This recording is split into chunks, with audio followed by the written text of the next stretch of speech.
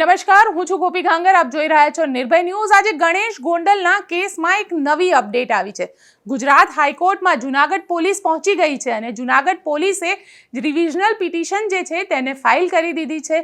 સાથે સાથે ગણેશ ગોંડલના કેસની અંદર 120B એટલે કે ષડયંત્ર કરીને મારવાની જે કલમ છે, આઈપીસીની જે ધારા છે તે પણ લગાવી દેવામાં આવી છે. ખૂબ મહત્વપૂર્ણ આને કહી શકાય, કારણ કે ષડયંત્ર કરીને સંજય સોલંકીને ત્યાંથી કિડનેપ કરવામાં આવ્યો અને તેને મારવામાં આવ્યો. એટલે ષડયંત્રની જે આઈપીસીની ધારા છે તે પણ એડ કરી દેવામાં આવી છે. અને સાથે સાથે ગણેશ ગોંડલે હવે જામીન અરજી ગુજરાત હાઈકોર્ટમાં ફાઇલ કરી છે.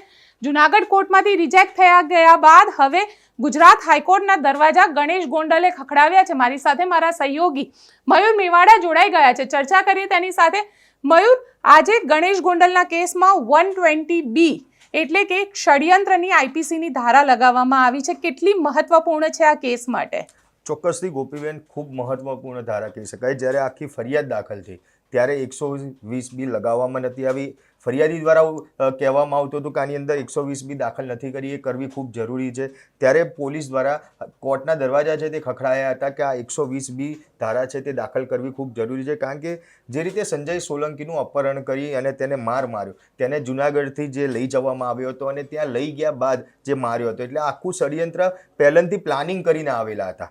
જ્યારે સાંજે પહેલાં એક્સિડન્ટ થયો અને જે તકરાર થઈ હતી તે સમાધાન કરીને ત્યાંથી નીકળી ગયા બાદ આખું ષડયંત્ર તૈયાર, એટલે કે આખો પ્લાનિંગ તૈયાર કરવામાં આવ્યો કે ભાઈ આપણે આ રીતે ખોટી આપણને જે ગાડીનો ચાવી કાઢી લેવામાં આવી, ઘેરી લેવામાં આવ્યા ગણેશ ગોંડલે તેના સાથીઓને. એટલે ક્યાંક આ વસ્તુનું આખું પ્લાનિંગ તૈયાર કરી સંજય સોલંકીને પછી ત્યાંથી કિડનેપ કરવામાં આવ્યો અને તેને લઈ જવામાં આવ્યો. એટલે આ પ્લાનિંગની જે કલમ છે 120B તે ઉમેરવા માટેની જે કોર્ટમાંથી મંજૂરી મળી ગઈ છે અને હવે ગણેશ ગોંડલના કેસમાં વધુ એક કલમ 120B ઉમેરાઈ છે. એટલે એ નક્કી થઈ ગયું કે ભાઈ આ આખું ષડયંત્ર રચવામાં આવ્યું હતું અને એ ષડયંત્ર રચ્યા બાદ જે કિડનેપિંગ છે તે કરાયું, ત્યાંથી તેને ઉપાડીને લઈ જઈને મારવામાં આવ્યો. આ વસ્તુ સાબિત થઈ ગઈ ને એટલા માટે જ કોર્ટે બી 120B દાખલ કરવાની પરવાનગી પોલીસને આપી દીધેલી છે. ત્યાં આવતીકાલે કહેવાય કે આવતીકાલે ગુજરાત હાઈકોર્ટમાં માત્ર એક ગણેશ ગોંડલની જે બેલ એપ્લિકેશન છે તે મૂકવામાં આવેલી છે અને આવતીકાલે તેની ઉપર હિયરિંગ પણ થવાનું છે. જુનાગઢ પોલીસ અમદાવાદ હાઈકોર્ટમાં કાલે હાજર રહેશે. સાથે જે ફરિયાદી છે સંજય સોલંકી તેને પણ હાજર રાખવાનું કહેવામાં આવ્યું છે. કારણ કે જે પ્રમાણે જુનાગઢ સેશન્સ કોર્ટે જે ગણેશ ગોંડલ છે તેની જે બેલ એપ્લિકેશન રિજેક્ટ કરી હતી તેને જ લઈને હવે એકલા ગણેશ ગોંડલની જે બેલ એપ્લિકેશન છે તે ગુજરાત હાઈકોર્ટમાં મૂકવામાં આવી છે. આખા કેસમાં મેન એક્યુઝ જ ગણેશ ગોંડલ છે અને જો આ બેલ મળી જાય તો આખો કેસ છે જે લૂલો લંગડો થઈ જાય તેવી હાલત આખા કેસની થઈ જાય. એટલા માટે સેશન્સ કોર્ટે બી ક્યાંક આ ગંભીરતા લીધી હતી અને એના જામીન નહોતા આપ્યા. ત્યારે હવે ગુજરાત હાઈકોર્ટમાં આવતીકાલે આની હિયરિંગ કરવામાં આવશે. ત્યારે હવે હિયરિંગમાં શું થાય છે, પોલીસ દ્વારા ફરી એકવાર એફિડેવિટ છે જે આવતીકાલે દાખલ કરવામાં આવશે હાઈકોર્ટની અંદર અને તેની અંદર પોલીસ છે તે ચોક્કસથી આનું ઓબ્જેક્શન લેશે. કારણ કે ગુજરાત હાઈકોર્ટમાં જ જે ગણેશ ગોંડલ છે તેની જે ફર્ધર રિમાન્ડ છે તેની પિટિશન પણ દાખલ કરવામાં આવી છે. એટલે એને લઈને પોલીસ ફરી એકવાર જે આનું ગણેશ ગોંડલને જે જામીન અરજી છે તેની ઉપર ફરી વાંધો ઉઠાવવાની છે. આવતીકાલે તેનું જે એફિડેવિટ છે તે પણ હાઈકોર્ટમાં પોલીસ છે તે મૂકશે. બિલકુલ હાઈકોર્ટની અંદર જશે. કારણ કે આપને યાદ હશે કે જે દલિત સમાજ હતો, દલિત સમાજે એક રેલી કાઢી હતી અને આ રેલી જુનાગઢના કાળવા ચોકથી એની શરૂઆત થઈ હતી અને ગોંડલ સુધી પહોંચી હતી. ત્યાં આગળ જેટલા પણ લોકો આવ્યા હતા દરેક વ્યક્તિ એક જ વસ્તુ કહી રહ્યો હતો અને જે રાજુ સોલંકી છે, સંજય સોલંકીના પિતા, તેમનું એવું કહેવું હતું કે ષડયંત્ર કરવામાં આવ્યું છે અને પોલીસે જે આઈપીસીની ધારા 120B લગાવવી જોઈએ તે નથી લગાવી. તેના માટે તેમની માંગ છે. દરેક વ્યક્તિ એક જ માંગ કરી રહ્યું હતું કે આ ષડયંત્ર છે, ષડયંત્ર માટે થઈ અને તેની ધારા લગાવવામાં આવે.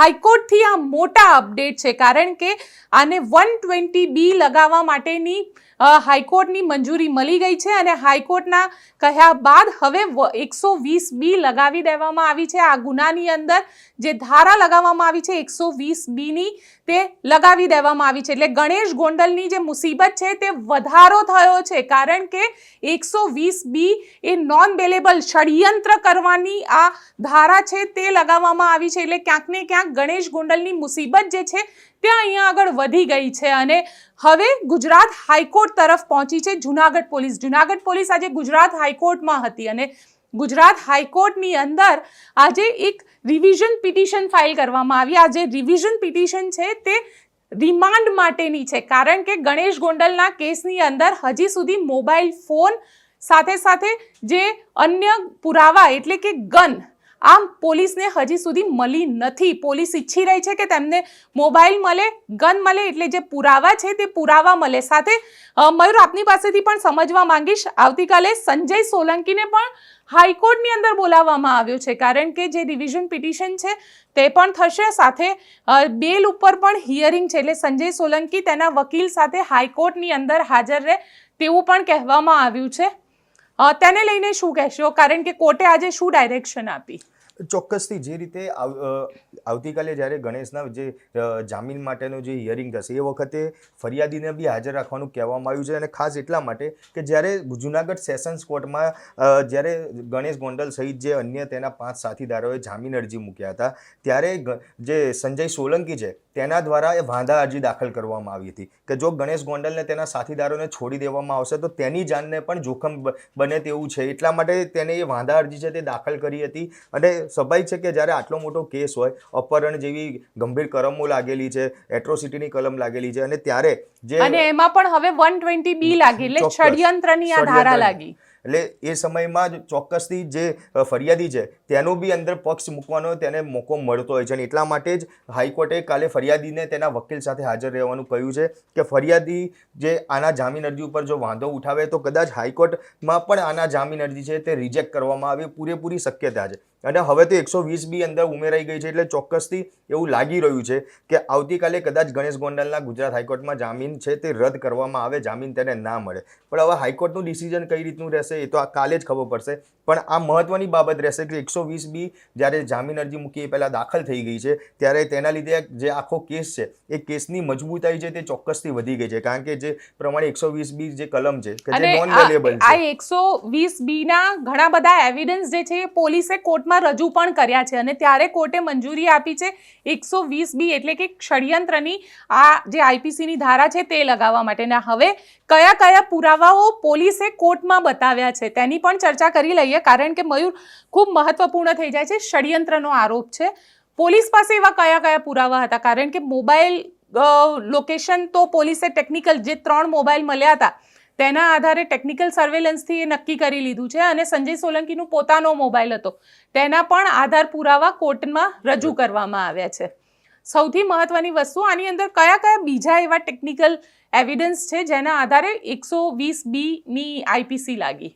ચોક્કસથી મોબાઈલ પુરાવા તો એક મહત્વના પુરાવા તરીકે મૂકવામાં આવ્યા જ હતા, પરંતુ જે સીસીટીવી ફૂટેજ કે જે જુનાગઢની અંદર અને ટોલટેક્સના સીસીટીવી ફૂટેજ છે જે મળી આવ્યા હતા, જે પ્રમાણે સંજય સોલંકીએ પોલીસ ફરિયાદમાં તેને ટાઈમ જે દેખાડવામાં આવ્યો તો એ ટાઈમ પ્રમાણે જુનાગઢ પોલીસે સીસીટીવી ફૂટેજ બધા કબજે કર્યા, જેની અંદર એ જ ટાઈમે ગાડીઓ અંદર આવે છે, એ બાદ સંજય સોલંકીને લઈને ગાડીઓ પરત જતી હોય તેવા ફૂટેજ પણ એ લોકોને મળી આવ્યા હતા. જે ટાઈમ ટુ ટાઈમ જે વાત કરવામાં આવી એ ટાઈમે ગાડીઓ ખરેખર જુનાગઢની અંદર એન્ટર થતી, જુનાગઢના અલગ અલગ વિસ્તારોમાં ગાડીઓ ફરતી નજરે પડી હતી, અને એટલા માટે એક આ વસ્તુ સાબિત થાય છે કે ભાઈ આ પ્લાનિંગ કરીને આવ્યા હતા. પહેલાં જે ઘટના બની હતી એ અણધારી ઘટના હતી કે ભાઈ અકસ્માત થયેલા ઘટના બની, પરંતુ ત્યારબાદ રાત્રે જે 1:30 કે 2 વાગ્યાની આસપાસ સંજય સોલંકીને જે એક્સિડન્ટ કરીને પછી ત્યારબાદ ત્યાં ગાડી એને માર માર્યા, એ સિવાય જે દંડા સાથે જે લોખંડની પાઇપો, પ્લાસ્ટિકના દંડા, આ જે પોલીસે એવિડન્સના ભાગરૂપે કબજે કર્યા હતા, જસદણથી કવર કર્યા હતા, અને જસદણ પર રેડ કરી હતી. તમને જણાવી દઈએ કે પોલીસે જસદણ રેડ કરી હતી, અને જસદણમાં ત્યાં આગળ એક આરોપી છે વિક્રમસિંહ જાડેજા, કદાચ મારી જો ભૂલ ના થતી હોય તો આવું જ કંઈક નામ હતું મળતું જુલતું, ધર્મેન્દ્રસિંહ જાડેજા અને વિક્રમસિંહ જાડેજાના કદાચ નામ હતું.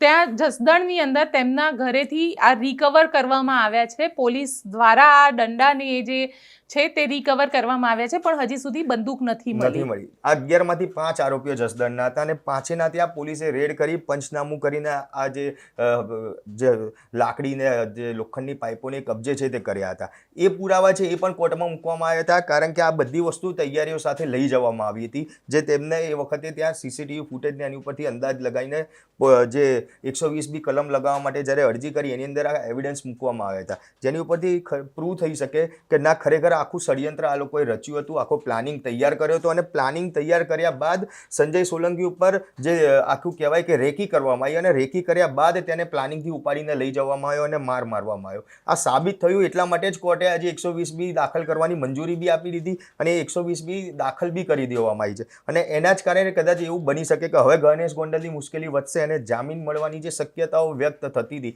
એ પણ કદાચ હવે નહીં મળી શકે એને જામીન. એટલે કહેવાય કે હવે ગણેશ ગોંડલની જે સફર છે વધારે લાંબી જેલની અંદર રહેશે.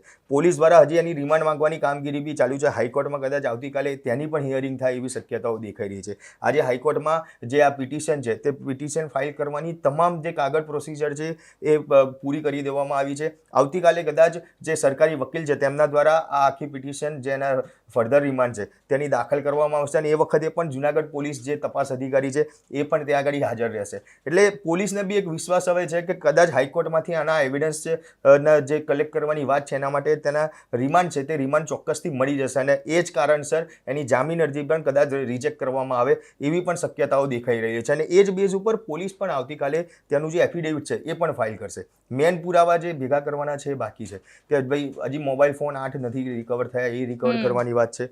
મેન જે હથિયાર ગન બતાવવાની વાત કરી હતી, ગન હજી સુધી આ લોકો નથી ગયા અને તપાસમાં પણ સહયોગ જે આપવા જોઈએ તે સહયોગ ગણેશ ગોંડલને તેના સાથીદારો નથી આપી રહ્યા. એટલે આ તમામ બાબતો કોર્ટની સમક્ષ મૂકવામાં આવી છે. એટલે કોર્ટ હવે આ બાબતે નિર્ણય કરશે કે ગણેશ ગોંડલને બહાર કાઢવામાં આવે કે ના આવે અને એને જે ફર્ધર રિમાન્ડ જે 8 આરોપી ગણેશ ગોંડલ સાથે માગવામાં આવ્યા છે એ લોકોના રિમાન્ડ આપવા કે ના આપવા.